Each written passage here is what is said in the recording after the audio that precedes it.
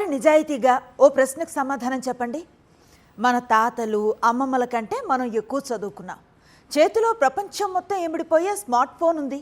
ఏ సందేహం వచ్చినా గూగుల్ ఉంది. ఎక్కడికి వెళ్ళాలన్నా జీపీఎస్ ఉంది. అయినా జీవితానికి అవసరమైన నైపుణ్యాల విషయంలో కూడా వాళ్ళకంటే మనం ముందున్నామా, లేక కొన్ని విషయాల్లో వెనక్కి వెళ్ళిపోయామా? ఈ ప్రశ్నకి సమాధానం చెప్పే ముందు మనం ఎప్పుడు మరిచిపోయామో కూడా గుర్తులేని కొన్ని చిన్న చిన్న అలవాట్లను ఒక్కసారి గుర్తు చేసుకుందాం. ముందో విషయం చెప్పండి. మీ ఇంట్లో చిన్నప్పుడు ఎవరికైనా జలుబు చేసినా, గొంతు నొప్పి వచ్చినా మొదట ఏం చేసేవాళ్ళు? వెంటనే గూగుల్ చూసేవాళ్ళ? కాదు కదా. ఇంట్లో పెద్దవాళ్ళు వంటగదిలోకి వెళ్ళి పసుపు, తులసి, అల్లం, మిరియాలతో ఏదో ఒక కషాయం చేసేవాళ్ళు. అది అన్ని జబ్బులకు మందు కాదు, కానీ చిన్న చిన్న సమస్యలకి ఇంట్లోనే చేయగలిగే చిట్కాలు వాళ్ళకి తెలుసు. ఇప్పుడు అవి మెల్లగా కనిపించకుండా పోతున్నాయి. ఇంకో విషయం గుర్తుందా? రాత్రి భోజనం అయిపోయాక అందరూ ఒక చోట కూర్చునే రోజులు. అప్పుడే మొదలయ్యేవి కథలు. రామాయణం, మహాభారతం మాత్రమే కాదు, మన ఇంట్లో జరిగిన కథలు, మన ఊరి కథలు, నవ్వించే సంఘటనలు, ఆలోచింపచేసే మాటలు. అలా కథలు వింటూ పెరిగిన పిల్లలకు వినటం వచ్చేది, గుర్తుపెట్టుకోవటం వచ్చేది, పెద్దల్ని గౌరవించడం వచ్చేది. ఇప్పుడు కథలు ఉన్నాయి, కానీ ఎక్కువగా స్క్రీన్ మీద ఉన్నాయి.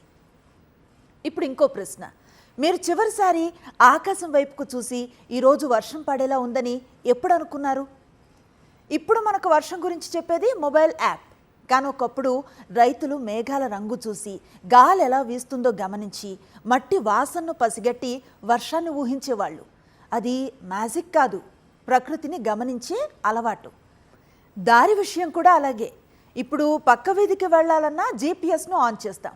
కానీ ఒకప్పుడు ఆ గుడి దాటాక ఎడం వైపు పెద్ద మర్రి చెట్టు కనిపిస్తుంది, అక్కడి నుంచి కొంచెం ముందుకు వెళితే చెరువు. అంతే. అదే మ్యాప్. దారి ఫోన్లో కాదు, జ్ఞాపకంలో ఉండేది. అందుకే కొత్త ఊరికి వెళ్ళినా గుర్తులు పెట్టుకొని తిరిగి ఇంటికి వచ్చేవాళ్ళు. మరో అలవాటు, వస్తువులు వెంటనే పారేయకుండా వాటికి మరో అవకాశం ఇవ్వటం. బట్టలు చిరిగిపోతే కుట్టుకునేవాళ్ళు, సైకిల్ పాడైతే బాగు చేసుకునేవాళ్ళు, కుర్చీ విరిగితే మళ్ళీ దాన్ని ఉపయోగపడేలా మార్చుకునేవాళ్ళు. ఇప్పుడు చిన్న సమస్య వచ్చినా కొత్తది కొనేయాలి అనిపిస్తుంది. వస్తువులు చవకయ్యాయేమో, కానీ వాటిని కాపాడుకునే అలవాటు కూడా కొంచెం తగ్గిపోయింది. మీ ఇంటి వెనక ఎప్పుడైనా చిన్న కూరగాయల తోట ఉండేదా? టమాటా, మిర్చి, కరివేపాకు, కొత్తిమీర. ఇంట్లో అవసరమైనవి కొన్నైనా మనమే పండించుకునేవాళ్ళం. వేసవి రాగానే వడియాలు, అప్పడాలు, ఊరగాయలు పెట్టడం ఒక పండగలా ఉండేది. ఇవన్నీ కేవలం వంటలు కాదు, అవసరం వచ్చినప్పుడు మనకు మనమే సరిపోవాలనే ఒక ఆలోచన. ఇంకో విషయం చాలామంది మర్చిపోయారు.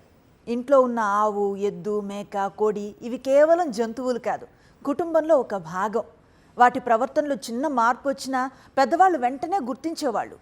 ప్రకృతితో అంత దగ్గరగా బతికేవాళ్ళు కాబట్టి వాటి భాష కూడా కొంతవరకు అర్థం చేసుకునేవాళ్ళు.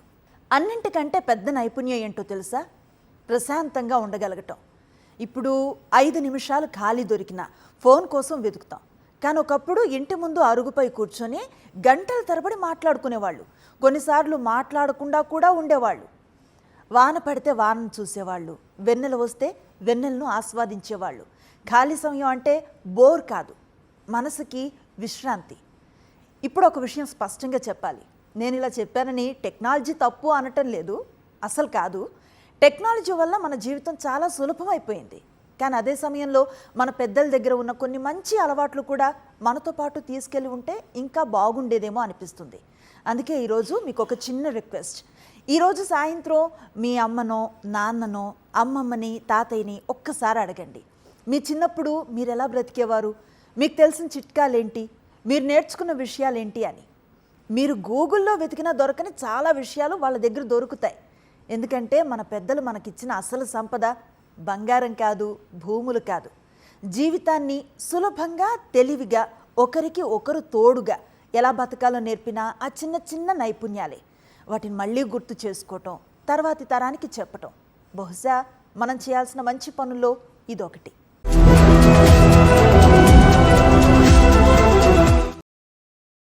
మరిన్ని అప్డేట్స్ కోసం ఛానల్ను సబ్స్క్రైబ్ చేయండి. నోటిఫికేషన్స్ కోసం బెల్ ఐకాన్ పై క్లిక్ చేయండి.